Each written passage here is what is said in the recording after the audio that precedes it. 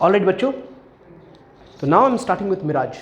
बराबर, डायग्राम तो आप थोड़ा देख के खुश हो जाओ। ओके, किसी ने बहुत हेल्प किया डायग्राम बनाने में। मिराज के बारे में हमारे टेक्स्ट बुक ने ज़्यादा जस्टिफाई नहीं किया है, ठीक है। इसमें हमारा टेक्स्ट बुक ये कहता है कि जो लोकल एटमॉस्फेरिक कंडीशन है वो अफेक्ट करते हैं रिफ्रैक्शन ऑफ लाइट को कुछ एक्सटेंट तक, बराबर। और चाहे हम होली का जो फायर लगाते हैं हम लोग, बराबर, उसके ऊपर का रीजन को ऑब्जर्व करें, या गैस जलाते हैं तो जस्ट गैस के मतलब गैस है ना, स्टोव जला दिया हमने गैस का, तो ऊपर का जो रीजन है वो हीटेड रहता है, ऊपर का एयर हीटेड रहता है। तो थोड़ा सा दूर जाके आप अगर उसको ऑब्जर्व करोगे तो ऊपर कुछ वाटरी जैसा दिखेगा, ठीक है, जिसमें सारी चीज़ें थोड़ा मूव होंगे, ऐसा कुछ नज़र आएगा आपको। या आप किसी रोड पर एकदम हॉट ह्यूमिड एरिया में ट्रैवल कर रहे हो, डेजर्ट एरिया में ट्रैवल कर रहे हो, तो आपको बहुत दूर थोड़ा पानी जैसा एयर थोड़ा मूव होते ऐसा दिखता है, बराबर। ये सारे बहुत सारे केसेस है। तो refractive index of air keeps on changing as we go on increasing the height. आ रहे समझ में क्या हो रहा है इसमें? तो रोड जो है ना, रोड वो हॉट ह्यूमिड टाइम पर बहुत गर्म होते हैं, बहुत हीटेड अप होते हैं सारे रोड्स। तो रोड के पास जो एरिया है, बराबर, उस एरिया के पास जो हवा है वो हवा में क्या होगा, हीट ज़्यादा होगा। हीट ज़्यादा होने की वजह से वो एकदम हल्का फुल्का एयर रहे। उसकी जस्ट ऊपर का रीजन अगर आप ले लोगे तो वो कंपेरेटिवली थोड़ा कूल होगा। उसके और ऊपर चले जाओ तो वो और थोड़ा कूल होगा। उसके और ऊपर चले जाओ तो थोड़ा और ज़्यादा कूलर होगा। और ऊपर चले जाओ तो और थोड़ा कूल होगा। तो हमने ज्योग्राफी में पढ़ा है ना, lands gets heated faster and cools faster. तो यही चीज़ है कि हॉट ह्यूमिड वेदर में लैंड बहुत हीटेड हो जाता है, तो उसके नीचे का जो मतलब उसके जो क्लोज है, लैंड से क्लोज जो एयर है वो ज़्यादा हीट अप हो जाते हैं। उसके बाद वाला थोड़ा कम हीट रहेगा, उसके बाद वाला थोड़ा कम हीट रहेगा, उसके बाद वाला थोड़ा और कम हीट होगा, लेकिन नीचे वाला एयर तो पूरा बहुत ज़्यादा हीटेड रहेगा। तो इसमें क्या हो गया बच्चों, डेंसिटी का वेरिएशन हो गया। डेंसिटी का वेरिएशन हो गया तो कहने का मतलब ये है, ये ज़्यादा डेंसर है, this is more denser and this is, या इसको बोलूँ मैं मोस्ट डेंसर। ये दिख रहा है, ये लाइन जो मैंने बनाया हो, ये मैंने एयर का डेंसिटी को रिप्रेजेंट करने के लिए लाइन बनाया है। तो ये मोस्ट डेंसर है और ये लीस्ट डेंसर है। मतलब ये क्या हो गया बच्चों, ये मोस्ट डेंसर है तो ये वाला लोगे तो ये इसके कंपैरिजन में ये रेयर हो जाएगा, और इसके कंपैरिजन में ये रेयर हो जाएगा, रेयर मीडियम। इसके कंपैरिजन में ये रेयर हो जाएगा और इसके कंपैरिजन में ये रेयर हो जाएगा। समझ में आ रहा है? तो ये डेंसर, रेयर, उससे भी ज़्यादा रेयर, उससे भी ज़्यादा रेयर, और ये सबसे ज़्यादा रेयर जो एयर रोड के पास है वो सबसे ज़्यादा रेयर मीडियम हो जाएंगे, बराबर। अब लॉज ऑफ रिफ्रैक्शन तो कुछ कहता है। लॉज ऑफ रिफ्रैक्शन ये कहता है कि भाई जब आपका लाइट रेज, बराबर, जो आपके लाइट रेज है वो अगर रेयर टू डेंसर जाए या डेंसर टू रेयर जाए तो वो लोग क्या करते हैं बच्चों, वो रिफ्रैक्ट करते हैं। There is change in direction, they will show change in direction. अब ये लॉ कहता है, तो बच्चों यही हो गया ना। तो एयर का खुद क्या हुआ है, बहुत सारे अलग अलग कॉलम्स बन गए, बहुत सारे अलग अलग कॉलम्स बन गए जिसमें डेंसिटी वेरी कर रही है, डेंसिटी बदल रहा है बार बार, बराबर। सबसे नीचे वाला बहुत रेयर मीडियम, बहुत हल्का है ना बेटा, तो बहुत रेयर मीडियम हो गया। उसके ऊपर वाला थोड़ा डेंसर, उसके ऊपर वाला और डेंसर, उसके ऊपर वाला और डेंसर। समझ में आ रहा है? तो उसके ऊपर वाला और ज़्यादा डेंसर हो गया। ये देखो रेयर, ये दूर है तो रेयर दिख रहा है, और डेंसर और डेंसर और डेंसर और डेंसर। तो ऊपर वाले डेंस हो गए और नीचे वाले रेयर हो गए। तो अब लॉज ऑफ रिफ्रैक्शन जो है, लॉज ऑफ रिफ्रैक्शन, अब ये बात समझो बच्चों, ठीक है। तो अगर लाइट रे सपोज ऐसे आ रहा है, ये लाइट रे आया, ये आया लाइट रे, ये आपका नॉर्मल है, ये आपका नॉर्मल है, तो ये डेंसर है और ये क्या हो गया, रेयर हो गया। ये वाला डेंसर मीडियम हो गया, ये वाला रेयर हो गया। समझ में आ रहा है?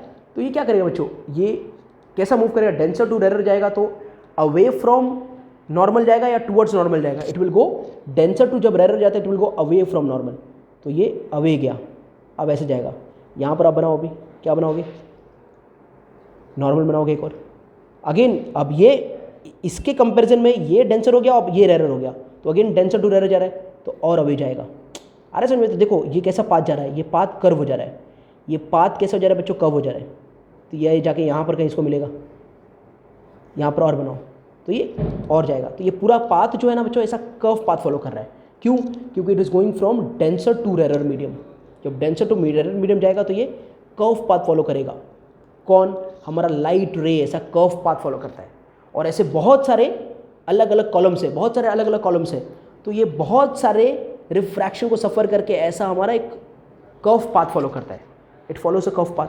अब देखो बच्चों यहाँ पर ये क्या होगा, एंगल ऑफ इंसिडेंस होगा, एंगल ऑफ रिफ्रैक्शन बढ़ गया क्योंकि it goes away from normal, तो आर बड़ा होता है आई से, अपने को पता है।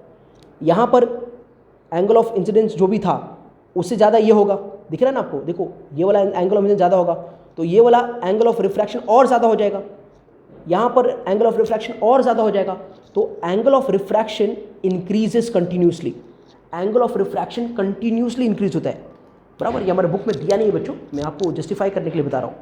तो अगर angle of refraction continuously change होए, कंटिन्यूसली बढ़ते जाए, एंगल ऑफ रिफ्रैक्शन अगर कंटिन्यूसली इंक्रीज होते जाए, तो वो एक ऐसे पॉइंट पे पहुंच जाएगा जहां पर एंगल ऑफ इंसिडेंस हो जाएगा 90 डिग्री, ठीक है।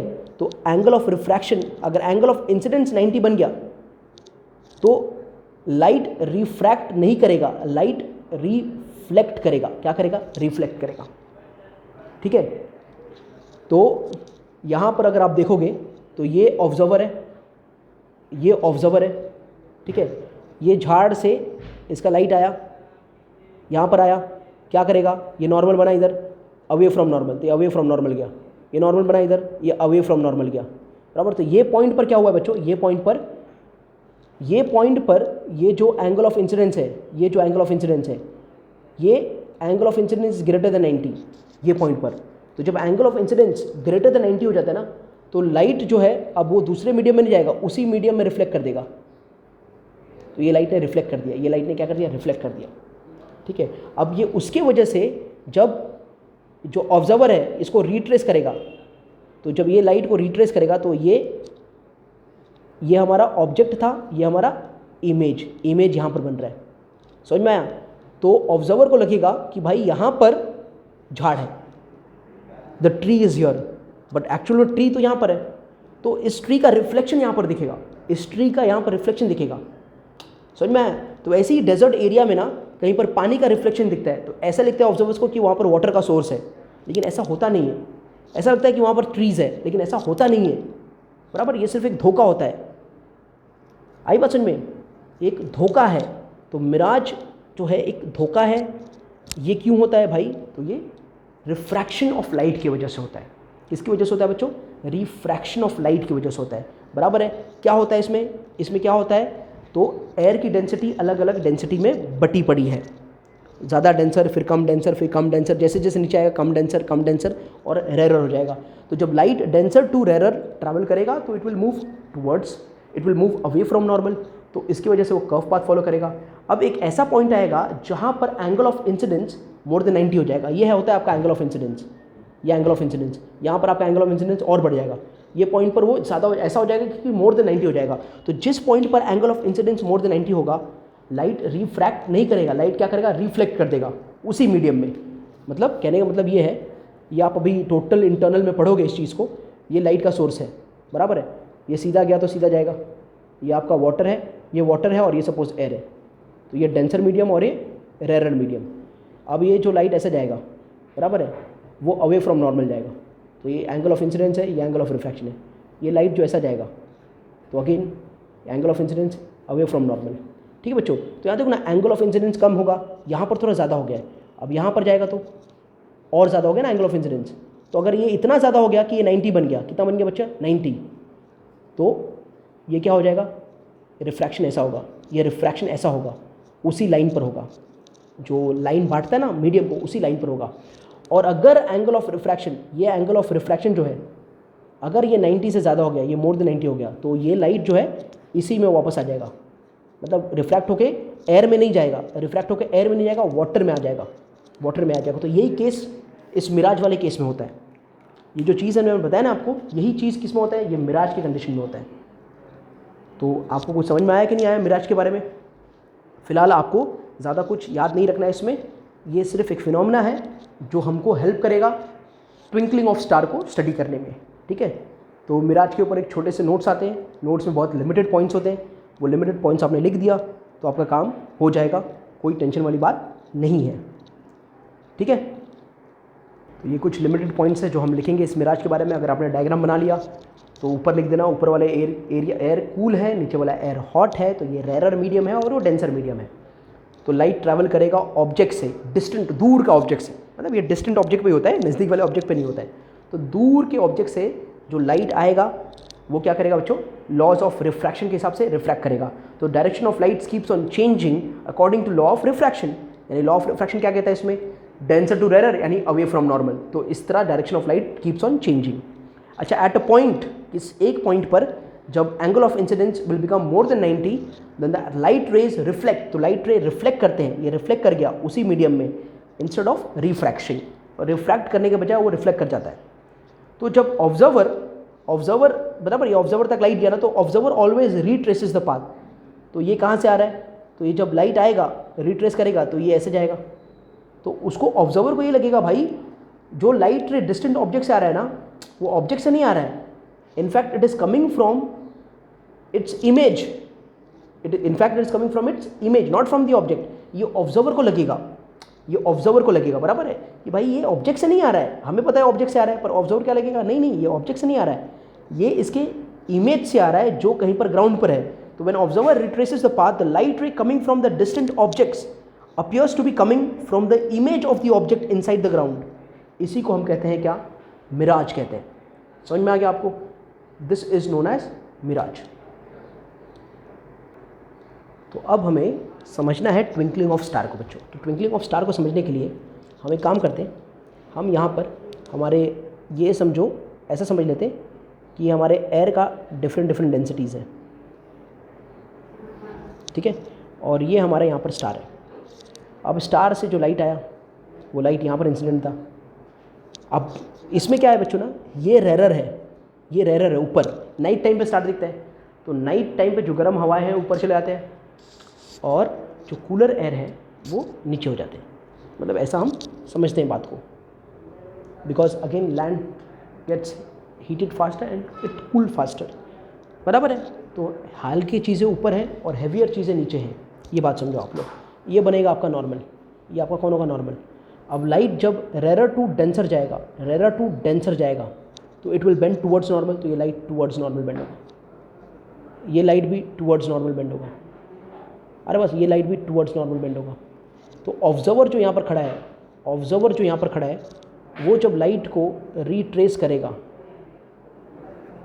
तो उसको क्या लगेगा, नहीं ये स्टार से लाइट नहीं आ रहा है, बल्कि लाइट उसके इमेज से आ रहा है जो यहाँ पर है। तो ये उसका ओरिजिनल पोजीशन है, ये उसका रियल पोजीशन है किसका, स्टार का, और ये उसका हो जाएगा अपीयरेंट पोजीशन, जो अपीयर करेगा किसको, ऑब्जर्वर को। तो इसको सीधा बना के देखो तो ऐसा हो जाएगा, देखो।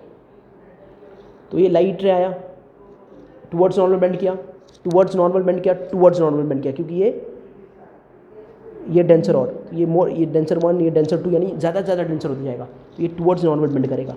तो ऑब्जर्वर जब इसको रिट्रेस करेगा ना, तो इसको लगेगा नहीं भाई स्टार का लाइट, मतलब जो लाइट आ रहा है ना स्टार से, वो स्टार यहाँ नहीं है, वो स्टार तो यहाँ पर है। समझ में आया? ये किसको लगेगा, ऐसा ऑब्जर्वर को लगेगा। तो ये क्या हो गया, इनके जो पोजीशन है, रियल पोजीशन और अपीयरेंट पोजीशन में चेंजेस आ गया। ये अपीयरेंट पोजीशन थोड़ा उठ के दिखता है, थोड़ा उससे ऊपर दिखता है, रियल पोजीशन थोड़ा ऊपर दिखता है। तो इनके पोजीशन में क्या आ गया बच्चों, बदलाव आ गया। यही चेंजेस, ये जो चेंजेस है ना, यहाँ टेक्स्ट बुक डायग्राम में ऐसा दिया है हमारा, देखो ये रियल स्टार है, ये इंक्रीजिंग रिफ्रैक्टिव इंडेक्स बढ़ रहा है नीचे की तरफ नाइट के टाइम पर। तो ये टुवर्ड्स नॉर्मल बेंड होके ये आएगा ऑब्जर्वर के पास, ऑब्जर्वर रिट्रेस करेगा तो स्टार का एक्चुअल पोजीशन यहाँ दिखेगा, और ये अपना क्या है, रियल पोजीशन, ये हमारा रियल है, और ये जो अपीयरेंट पोजीशन ये है। तो ये जो चीज़ है ये प्रॉब्लम क्रिएट करती है, बराबर। तो ये जो रिफ्रैक्टिव इंडेक्स है, जो रिफ्रैक्शन है, यही कॉज कर रहा है किसको, ट्विंकलिंग ऑफ स्टार को भी। तो ट्विंकलिंग ऑफ स्टार एक सिर्फ क्या है, हमारा अजम्पशन है, स्टार ट्विंकल नहीं करता, ये बात आप जान लो, बराबर है।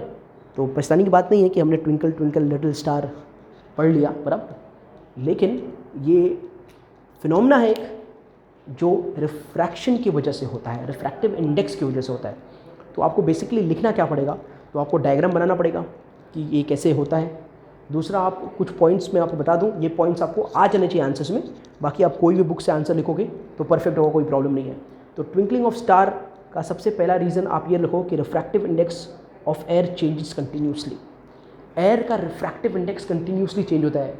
एयर ऊपर क्या है, कम डेंसर, नीचे ज़्यादा डेंसर, और ज़्यादा डेंसर, और ज़्यादा डेंसर, और ज़्यादा डेंसर, बराबर है। ये मिराज का उल्टा है बच्चों, ये मिराज का जो केस है ना, मिराज दिन में होता है और रिफ्रैक्टिव ये जो अपना ट्विंकलिंग ऑफ स्टार है वो रात में होता है। तो एग्जैक्टली मिराज का जो कंसेप्ट है उसका उल्टा है। मिराज में नीचे की तरफ एयर का डेंसिटी कम हो रहा था और इसमें नीचे की तरफ एयर का डेंसिटी बढ़ जाता है। तो कंफ्यूज मत होना आप लोग, ठीक है। मिराज का उल्टा है। उल्टा क्यों है, क्योंकि टाइम भी तो उल्टा है, वो दिन में है और ये रात में है। समझ में आ गया। तो रिफ्रैक्टिव इंडेक्स का क्या होता है बच्चों, वो कंटिन्यूसली इंक्रीज हो जाता है, मतलब इंक्रीज हो या डिक्रीज हो, यानी चेंज हो रहा है ना, रिफ्रैक्टिव इंडेक्स चेंज होता है। इसके लिए क्या होता है, ट्विंकलिंग ऑफ स्टार, ये पहला पॉइंट है। अच्छा, अब रिफ्रैक्टिव इंडेक्स का चेंज होने का कारण क्या है, तो उसका चेंज होने का कारण है भाई कि मोशन ऑफ एटमॉस्फेरिक एयर, पूरे एटमॉस्फेयर में एयर है, उनका मोशन है। तो कहीं पर कभी ज़्यादा गर्मी हो गया, कहीं ज़्यादा ठंडी हो गया, तो ज़्यादा गर्मी हो गया तो भाई वो रेरर हो गया, ज़्यादा ठंडा हो गया तो वो टेंसर हो गया। समझ में आया। तो ये तो कंटिन्यूसली बदलता है, वो थोड़ी कोई कांस्टेंट चीज़ है। तो जब वो कांस्टेंट नहीं है, वो बदलता है, तो चेंजिंग है।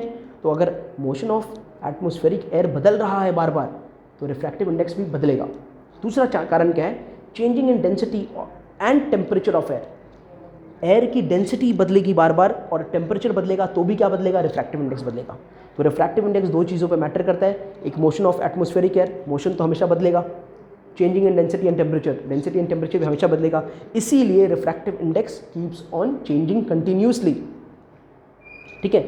दूसरा कारण क्या होगा भाई, जो हमारा स्टार है ना, उसको हम point source of light consider कर सकते हैं। Point source of light consider कर सकते हैं। पॉइंट सोर्स का मतलब क्या होता है बच्चों, क्योंकि बहुत दूर है ना वो, it is very very very far, बराबर है। अब क्रिकेट के स्टेडियम में आप मैच बैठ के देख रहे हो, बराबर, उसमें बड़े बड़े खम्भे होते हैं, उस खम्भों में लाइट्स होते हैं, बराबर, बड़े big big poles you have, और बहुत सारे लाइट, एक पोल में कम से कम 100-150 लाइट्स होते हैं, बराबर। दूसरा कंपेयर हम करते हैं कि एक टॉर्च के भरोसे एक मैच चल रहा है, एक टॉर्च के भरोसे एक छोटा सा अपना 2D वाला मैच चल रहा है, बराबर है। अगर वो टॉर्च बंद हो जाएगा, तो क्या मैच होगा, नहीं हो पाएगा।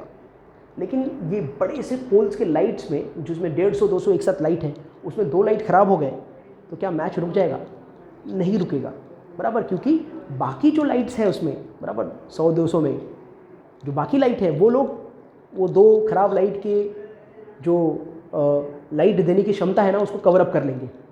पर एक टॉर्च के भरोसे जब आप कुछ बैठो कहीं पर, बराबर, तो पॉसिबल नहीं हो पाएगा। मतलब अगर वो काम किया तो काम होगा, नहीं हुआ तो नहीं होगा।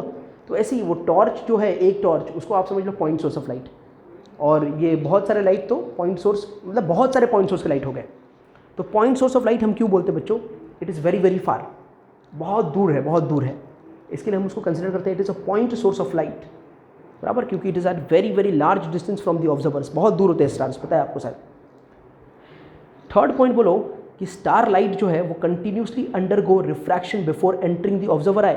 स्टार लाइट को मैंने आपको डायग्राम से बताया, स्टार लाइट का क्या होता है बच्चे, ये रिफ्रैक्शन देख रहा है, कंटिन्यूसली रिफ्रैक्शन में जा रहा है, towards normal, towards normal, towards normal. तो ऑब्जर्वर तक पहुंचने से पहले इसका बहुत बार क्या हो जाता है, इनका बहुत बार क्या हो जाता है, रिफ्रैक्शन हो जाता है।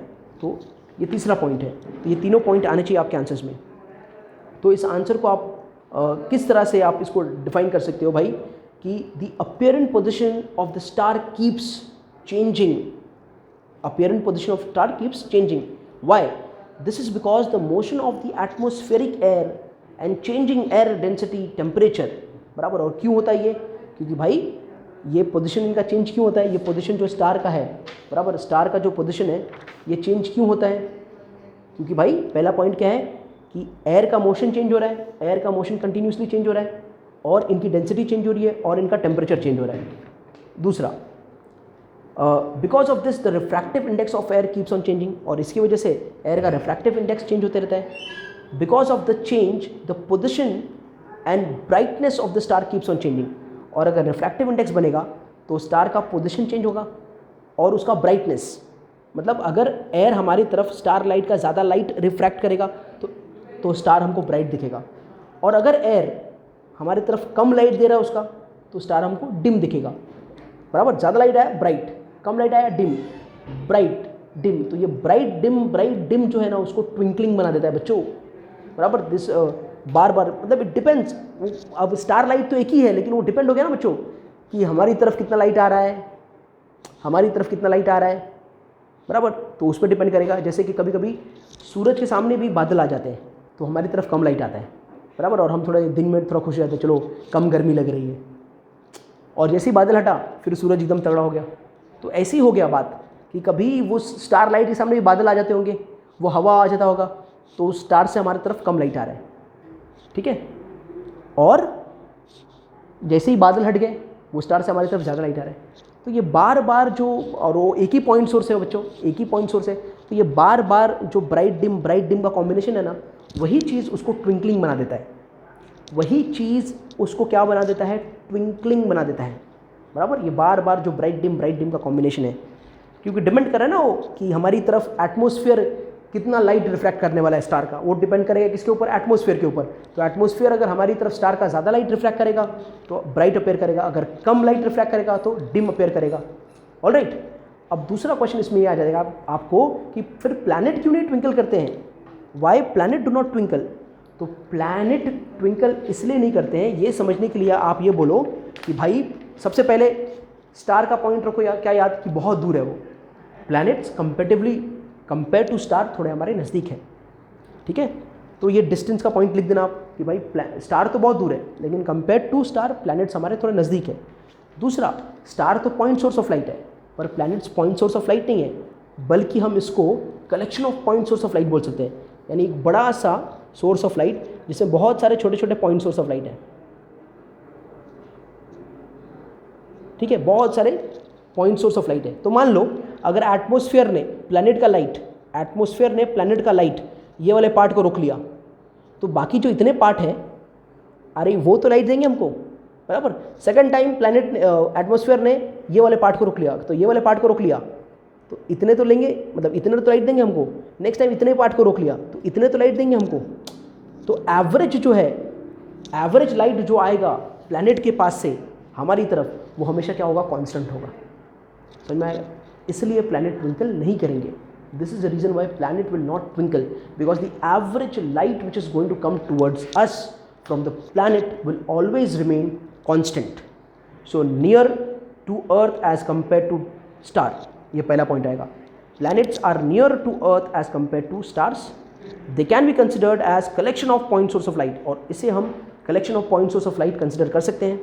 Amount of light entering the I always remain constant, और ये समझ में आया ना कि भाई अगर हमारा एटमॉस्फेयर कुछ पार्ट ऑफ लाइट्स को अगर रोक दे रहा है, कवर कर दे रहा है, तो बाकी जो बचे हुए हैं वो कवर अप करने के लिए रेडी हैं। तो इसको समझ लो आप कि वो स्टेडियम वाले मैच का जो लाइट सेटअप है वो, उसमें 2 लाइट ख़राब भी हो गए तो बाकी तो लाइट्स है लाइट देने के लिए।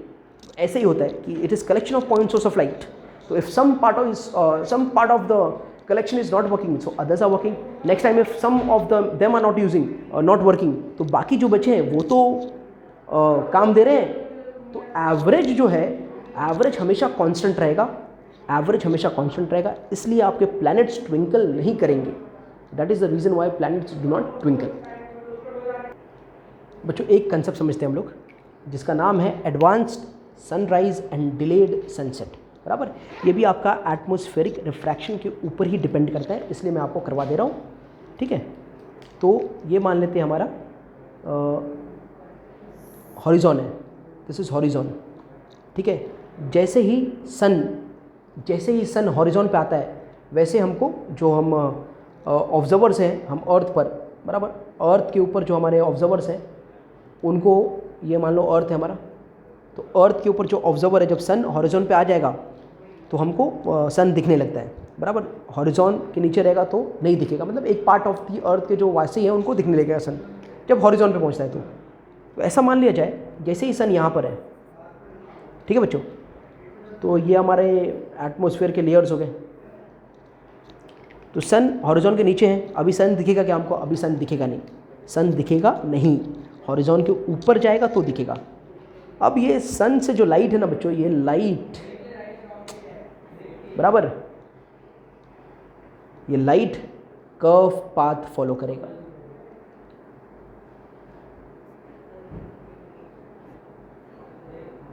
और कहाँ तक पहुँचेगा? हमारे ऑब्जर्वर तक पहुँचेगा। दिख रहा है? कर्व पाथ फॉलो करके। भाई डिफरेंट डेंसिटी सब अलग है सबकी, D1, D2, D3। तो क्या करेगा भाई? ये रिफ्रैक्ट करेगा, रिफ्रैक्शन को करके ये कर्व पाथ फॉलो करेगा। लेकिन जो हमारा ऑब्जर्वर है, जब इसको रिट्रेस करेगा तो उसको लगेगा भाई कि ये जो ऑब्जेक्ट है, सन ऑब्जेक्ट, लाइट यहाँ से नहीं आ रहा है, लाइट उसके इमेज से आ रहा है। कहाँ से आ रहा है? इमेज से आ रहा है। तो यही चीज़ होता है बच्चों, यही चीज़ होता है। क्या होता है? जैसे 2 मिनट पहले वो हॉरिजॉन तक पहुँचने वाला था, कौन? हमारा सन। उसके पहले उसका इमेज, रिफ्रैक्शन की वजह से उसका इमेज हमको दिख जाता है। तो ये क्या करता है? इसकी वजह से क्या होता है? 2 मिनट से हमारा डे टाइम बढ़ जाता है। 2 मिनट से हमारा डे टाइम बढ़ जाता है। तो this increases the day time by 2 minutes. Why? Because it is following a curve path. Laws of refraction की वजह से कर्व पाथ फॉलो करके जाता है। ऑब्जर्वर जब रिट्रेस करेगा तो उसको लगेगा ऑब्जेक्ट नहीं, लाइट यहाँ से नहीं आ रहा है, लाइट तो यहाँ से आ रहा है, यानी सन यहाँ आ चुका है। समझ में आया? तो this is advanced sunrise, and this advanced sunrise increases the daytime by 2 minutes। Curve path follow करके गया, रिट्रेस किया, appear in position, this is real position, this is above horizon. समझ में आया? तो ये डे टाइम को इंक्रीज कर देता है। अब इसका उल्टा होता है नाइट टाइम पर, जब सन नीचे चले जाता है। अर्थ है, ये अगेन हॉरिजॉन है। अब सन यहाँ पर आ सकता है, सन सेट होने वाला है। सन क्या होने वाला है? सेट होने वाला है। अब यहाँ से लाइट जो है, वो light again curve path follow करके जाएगा। अब जैसे कर्व पाथ फॉलो करता है वो, तो ये उसको रिट्रेस करता है। उसको क्या लगता है? ऑब्जर्वर को ये लगता है भाई सन यहाँ नहीं है, सन तो अभी यहीं पर है। सन यहाँ नहीं है, यहाँ नहीं है, सन अभी यहीं पर है। ये अपीयरेंट पोजिशन हो गया और ये रियल पोजिशन हो गया। समझ में आ रहा है? तो 2 मिनट तक, यहाँ पर भी कितना? 2 मिनट तक जो सनसेट होता है वो 2 मिनट बाद होता है। और ये जब आगे चले जाएगा तब ये नहीं दिखेगा, जब और ये आगे चले जाएगा तब ये नहीं दिखेगा। तो सनसेट भी 2 मिनट से बढ़ जाता है। तो कुल 4 मिनट से हमारा डे टाइम इंक्रीज होता है। कितने मिनट से? 4 मिनट से। तो इट इंक्रीजेस। तो phenomena of advance sunrise and delayed, late sunset होता है और सनराइज पहले होता है। तो एडवांस सनराइज और डिलेड सनसेट हमारे टाइम को कुछ अप्रॉक्सीमेट 4 मिनट से इंक्रीज कर देता है। तो समझ में आ गया बच्चों? Advance sunrise and delayed sunset. तो ये जो हमारा मिराज था, या ट्विंकलिंग ऑफ स्टार था, या प्लैनेट डू नॉट ट्विंकल था, बराबर, या एडवांस सनराइज और डिलेड सनसेट था, ये सारे जो टॉपिक्स हैं ये किसके ऊपर डिपेंड करते हैं? तो रिफ्रैक्टिव इंडेक्स के ऊपर। किसके एप्लीकेशन है ये लोग? रिफ्रैक्टिव इंडेक्स के एप्लीकेशन।